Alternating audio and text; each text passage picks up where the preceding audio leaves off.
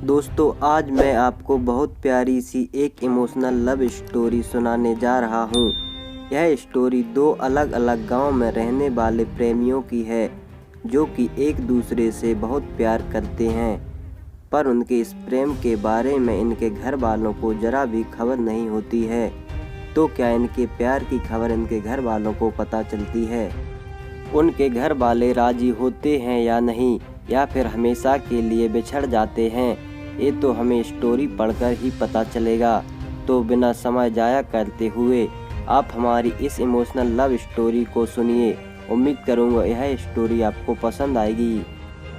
यह प्रेम कहानी एक गांव में रहने वाले एक लड़के की है, जो कि अपने नज़दीकी के गांव में रहने वाली एक लड़की से मोहब्बत करता था। वह दोनों एक दूसरे को बहुत पसंद करते थे, पर उन्हें पता था कि उनके घर वाले इस रिश्ते को कभी नहीं स्वीकार करेंगे। लड़के का नाम अभिषेक था और लड़की का नाम माधुरी। अभिषेक एक छोटे किसान का बेटा था और माधुरी एक बड़े जमींदार की बेटी थी। दोनों की हैसियत में काफ़ी समानताएं थीं, पर वो कहते हैं ना कि प्यार कभी हैसियत देखकर नहीं किया जाता। अभिषेक हर रोज़ शाम 6 बजे माधुरी से मिलने चोरी छुपे उसके गांव जाया करता था। वहां वह तालाब के किनारे बैठकर अपनी शादी के सपने को सच करने की बातें करते रहते थे। चोरी छुपे मिलना उनकी मजबूरी हुआ करती थी, क्योंकि गांव में अक्सर ऐसे रिश्तों पर हमेशा सवाल खड़े उठते हैं और गांव के लोगों की हमेशा से यही चाहते हैं कि उनके बच्चों का विवाह उनकी जात बिरादरी के अंदर ही हो, ना कि उससे बाहर।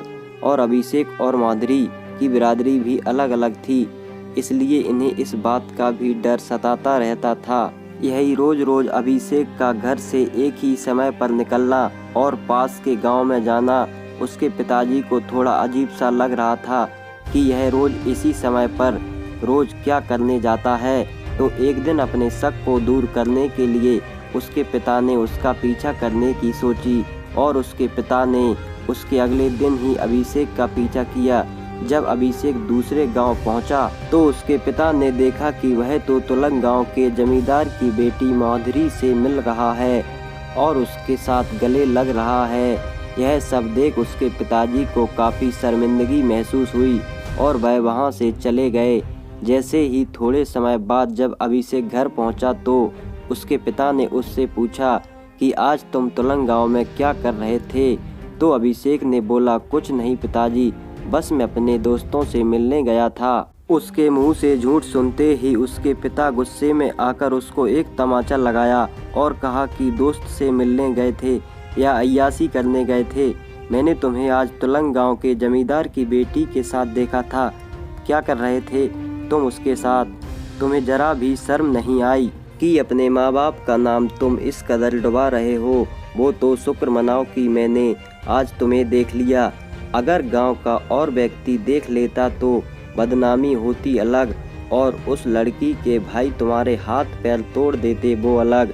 अभिषेक अपनी की गई गलती पर शर्मिंदा होता है और अपने पिता से कहता है कि मुझे माफ़ कर दीजिए, मुझसे बहुत बड़ी गलती हो गई है। मुझे आपको यह बात पहले ही बता देनी चाहिए थी कि मैं और माधुरी से प्यार करता हूँ और मैं उसके बिना एक पल भी नहीं रह सकता।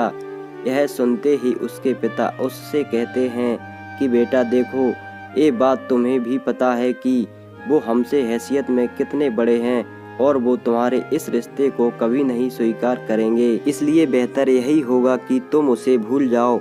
अपने पिता की बात सुनकर अभिषेक काफ़ी मायूस हो जाता है और पूरी तरह से टूट जाता है। काफ़ी दिन बीत जाते हैं। अभिषेक और माधुरी एक दूसरे से नहीं मिले होते हैं। माधुरी काफ़ी परेशान होती है कि कुछ दिनों से अभिषेक उससे मिलने क्यों नहीं आ रहा है। कुछ दिन और बीत जाने के बाद माधुरी को और टेंशन होने लगती है, इसलिए बात की जड़ तक पहुंचने के लिए वह अभिषेक के गांव की तरफ अभिषेक से मिलने के लिए निकल लेती है। जब वह रास्ते में चल रही होती है तो अचानक उसकी टक्कर एक लड़के से हो जाती है। वह उसको देखते ही उसके गले लग जाती है और रो रो कर उसका बुरा हाल हो जाता है और वह उससे कहती है कि तुम मुझसे इतने दिनों से मिलने क्यों नहीं आ रहे थे। पता है मैं कितना परेशान हो रही थी कि तुम्हें कहीं कुछ हो तो नहीं गया, पर शुक्र है तुम ठीक हो।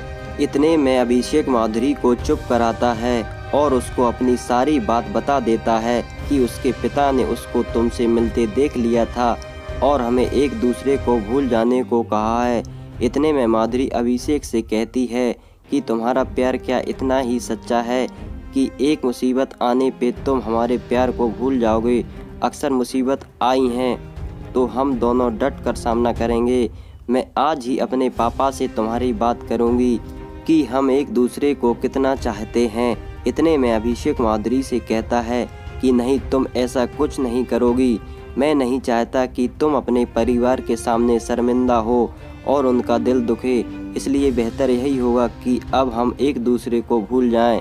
इतना कहकर अभिषेक वहाँ से चला जाता है, पर वो मन ही मन बहुत रो भी रहा होता है कि उसका इतने सालों का प्यार अब ख़त्म हो जाएगा। माधुरी काफ़ी उदास होकर घर पहुँचती है, पर वह वहाँ अभिषेक की बात को ना मानते हुए अपने पिता से अपने रिश्ते का खुलासा कर देती है। वह बताती है कि वो अभिषेक से कितना प्यार करती है।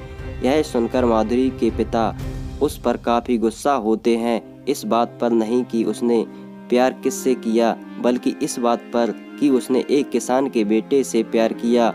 उसके पिता कहते हैं कि चाहे तुम जैसे भी मर जाओ, पर मैं तुम्हारी शादी उससे कभी नहीं करवाऊंगा।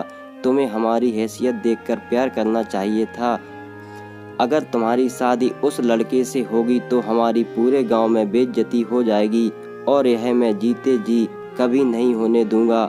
माधुरी के लाख मनाने के बावजूद भी उसके पिता उसकी बात नहीं मानते हैं और उसको एक कमरे में बंद कर देते हैं। कुछ दिन बीत जाने के बाद माधुरी के पिता उसकी शादी अपने एक दोस्त के बेटे के साथ पक्की कर देते हैं। माधुरी इस रिश्ते के लिए बिल्कुल भी तैयार नहीं थी, पर अपनी नाक कटने के डर से उसके पिता को यह फैसला मजबूरन लेना पड़ा। माधुरी की शादी की खबर सुनकर अभिषेक को भी एक झटका लगा और वह काफ़ी दुखी हो गया था। माधुरी की शादी को होने में सिर्फ 2 दिन रह गए थे। माधुरी पूरी तरह से टूट चुकी थी, पर अभी माधुरी को अब ये जरूर पता था कि अभिषेक के दिल में भी अभी उसके लिए प्यार जिंदा है। उसके अगले दिन ही माधुरी ने ठाना कि अगर जीऊंगी तो अभिषेक के साथ और मरूंगी तो भी अभिषेक के साथ ही। और इसी इरादे के साथ वह अपने कमरे की खिड़की से भाग गई और सीधा अभिषेक के पास पहुंची। जब वह अभिषेक के पास पहुंची तो अभिषेक उसे देखकर बहुत खुश हो गया और वह एक दूसरे को देखते ही देखते गले लग गए। फिर माधुरी ने उसे बताया कि वो सब कुछ छोड़कर उसके पास आ गई है। चाहे कैसे भी हालात हो, वो उसी के साथ जीना और मरना चाहती है। उसकी ये बातें सुनकर अभिषेक भी काफ़ी इमोशनल हो गया और उसने भी उसको जीने से लेकर मरने तक का साथ निभाने का वचन दिया। इतने में माधुरी के घर वाले देखते हैं कि माधुरी घर पर नहीं है, वह घर से भाग गई है। इतने में उसके पिता का शक सीधे अभिषेक पर जाता है कि वो ही उसी के घर भागी होगी। इसलिए अपना वक्त जाया न करते हुए उसके पिता अपने आदमियों के साथ सीधा अभिषेक के घर की तरफ निकलते हैं। उधर अभिषेक और माधुरी वहां से कहीं दूर जाने की सोच रहे होते हैं। इतने में माधुरी के पिता वहां पहुंच जाते हैं और उसको वहां से ले ही जा रहे होते हैं कि इतने में अभिषेक माधुरी के पिता से प्रार्थना करता है कि हमें अलग मत कीजिए, हम एक दूसरे के बिना नहीं रह सकते। पर माधुरी के पिता उसकी एक बात नहीं सुनते और उसकी गोली मारकर वहीं हत्या कर देते हैं। यह सोचकर कि अब ये लड़का नहीं रहेगा तो माधुरी भी अब कहीं नहीं जाएगी और उनकी गांव में बेइज्जती भी होने से बच जाएगी। शादी होनी थी पर माधुरी इस शादी के लिए बिल्कुल भी तैयार नहीं थी, बल्कि वह तो अपने अभिषेक के गम में डूब चुकी थी और उसने यह वचन भी लिया था कि जीऊंगी तो अभिषेक के लिए और मरूंगी तो अभिषेक के लिए ही। अब शादी होने में सिर्फ कुछ ही समय बाकी रह गया था, पर माधुरी अभी तक तैयार नहीं हुई थी।